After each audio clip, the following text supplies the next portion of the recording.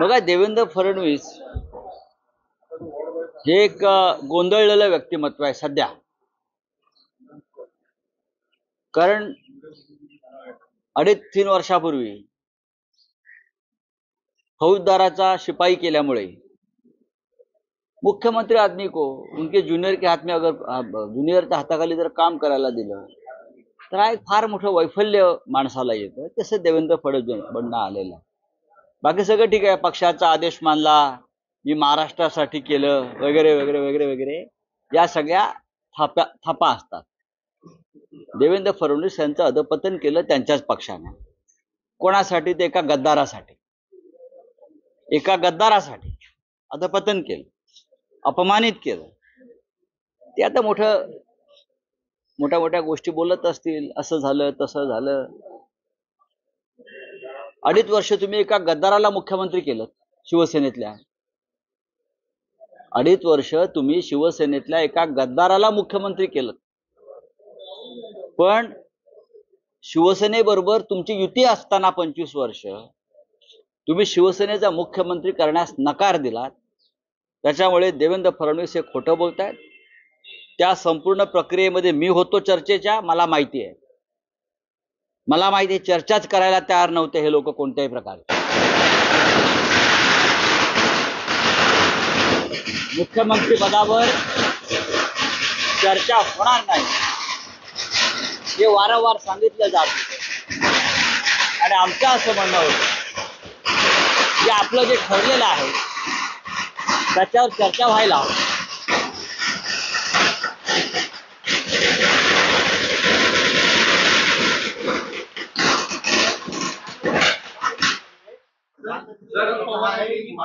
बघा, कोणीतरी एकाने प्रश्न विचारा. हा, शरद पवारांनी मुख्यमंत्री पदावर दावा केला होता.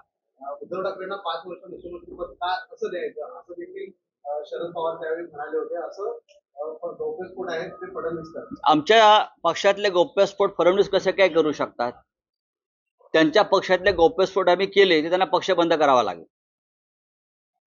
शरद पवारांनी काय ठरवलं होतं काय ठरवलं नाही हे माझ्या इतकं कोणाला माहित नाही.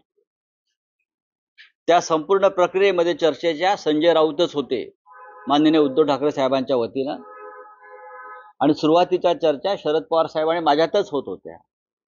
देवेंद्र फडणवीस यांनी उगाच नाक खुपसून नये, त्यांना काही माहीत नाही. आमचं सरकार बनतं हेही त्यांना माहीत नव्हतं.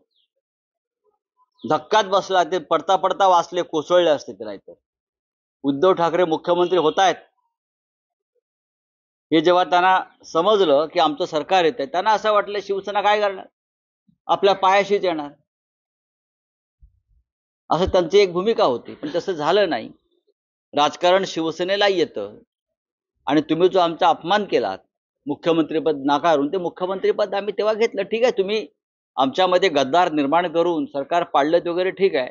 आणि शरद पवार साहेबांनी असेल किंवा काँग्रेस पक्षाने असेल, हे सरकार आणि हे मुख्यमंत्रीपद 5 वर्ष टिकवायचं अशी कमिटमेंट होती त्यांची. देवेंद्र फडणवीस यांना खोटं बोलण्याचा रोग लागलेला आहे गेल्या 2.5-3 वर्षापासून. आणि महाराष्ट्राचं नुकसान त्याच्यामुळे झालेलं आहे. शरद पवारांचा तालुक्याचा नेता म्हणता उल्लेख राजचंद्रांनी केला. अरे सोडून द्या हो. कोणी बोलायचं शरद पवारांवर? कोणी बोलायचं? तालुक्याचा नेता, गावचा नेता? तुमच्या नरेंद्र मोदींना जाऊन विचारा शरद पवार काय आहेत ते, जे तुमचे नेते आहेत सध्याचे. त्यांना जाऊन जरा विचारा की पवार साहेब काय आहेत. अमित शहाना विचारा पवार साहेब काय आहेत. आणि मग तुम्ही या पवार साहेब तालुक्याचे, गावचे, बरं का, गल्लीचे नेते आहेत काय, याच्यावर तुम्ही बोला. कोणत्या विषयावर काय बोलावं, काही भान राहिलं पाहिजे ना. तालुक्याचे नेते, ज्या पक्षाचा एक आमदार नाही तो पवार साहेबांना म्हणतो. हे जो माणूस या महाराष्ट्राचं, देशाचं 50-60 वर्ष नेतृत्व करतो आहे, त्याला तुमच्याच नरेंद्र मोदींनी पद्मविभूषण किताब दिला. ज्यांना आम्ही राजकारणातले भीष्म पितामह मानतो, त्यांना तुम्ही राजकारणामध्ये शून्य कर्तृत्व असलेले लोक अशा प्रकारे बोलत असतील तर हे महाराष्ट्रासाठी चांगलं नाही.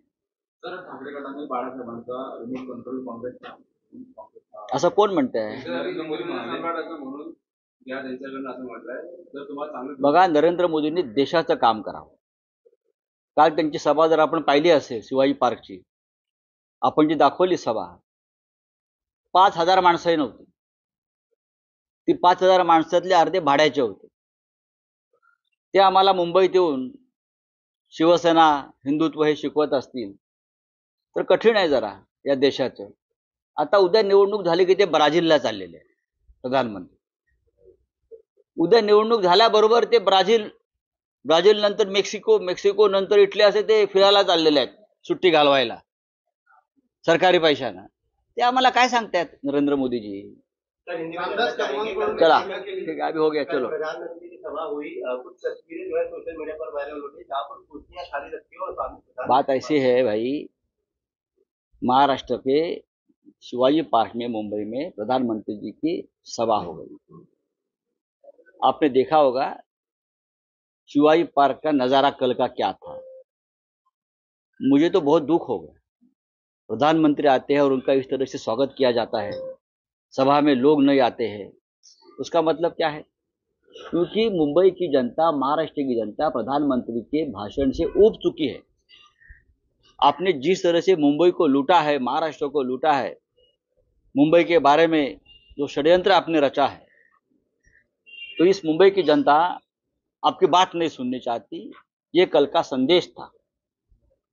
एक बगल में मुख्यमंत्री शिंदे बैठे हैं, दूसरे बगल में देवेंद्र फडणवीस बैठे हैं. लोग उनसे भी उब चुके हैं. और आने वाले दिनों में विधानसभा का जब निकाल आएगा तब पता चलेगा कौन कितने पानी में है इस मुंबई में. महाविकास आघाड़ी में एक ऐसा पक्ष है जिन्होंने अपना रिमोट कंट्रोल कांग्रेस के हाथ में दिया. इस तरीके का बयान प्रधानमंत्री की ओर से. ठीक है, प्रधानमंत्री के बयान पर महाराष्ट्र की जनता विश्वास नहीं रखती. ये महाविकास आघाड़ी है, हम तीनों एक साथ है, हम एक है और आपसे ज्यादा सेफ है महाराष्ट्र में. और दूसरी बात ऐसे, किसका रिमोट कंट्रोल किसके हाथ में है ये जनता तय करेगी. आपने जो शिवसेना तोड़कर एक अलग गुट बनाया है उसका रिमोट कंट्रोल जरूर आपके हाथ में होगा, लेकिन हमारा रिमोट कंट्रोल आपके हाथ में देने से हम बच गए, इसलिए आप हम पर नाराज है. मुझे मालूम है हम स्वाभिमानी लोग हैं. महाराष्ट्र और शिवसेना आपके चंगुल में आने वाले नहीं है.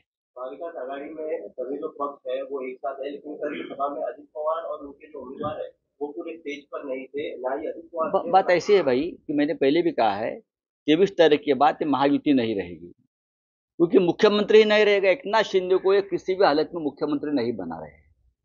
सबसे पहले उनको बहुमत नहीं मिलेगा. लीडर ऑफ अपोजिशन भी शिंदे को नहीं बनाएंगे.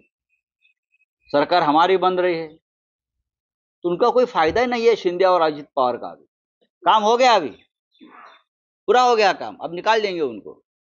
शिवराज सिंह चौहान ने कल एक बयान दिया है कि उद्धव ठाकरे ने बाला साहेब ठाकरे को स्वर्ग में भी परेशान करने का काम किया. बाला साहेब ठाकरे स्वर्ग से सब देख रहा है.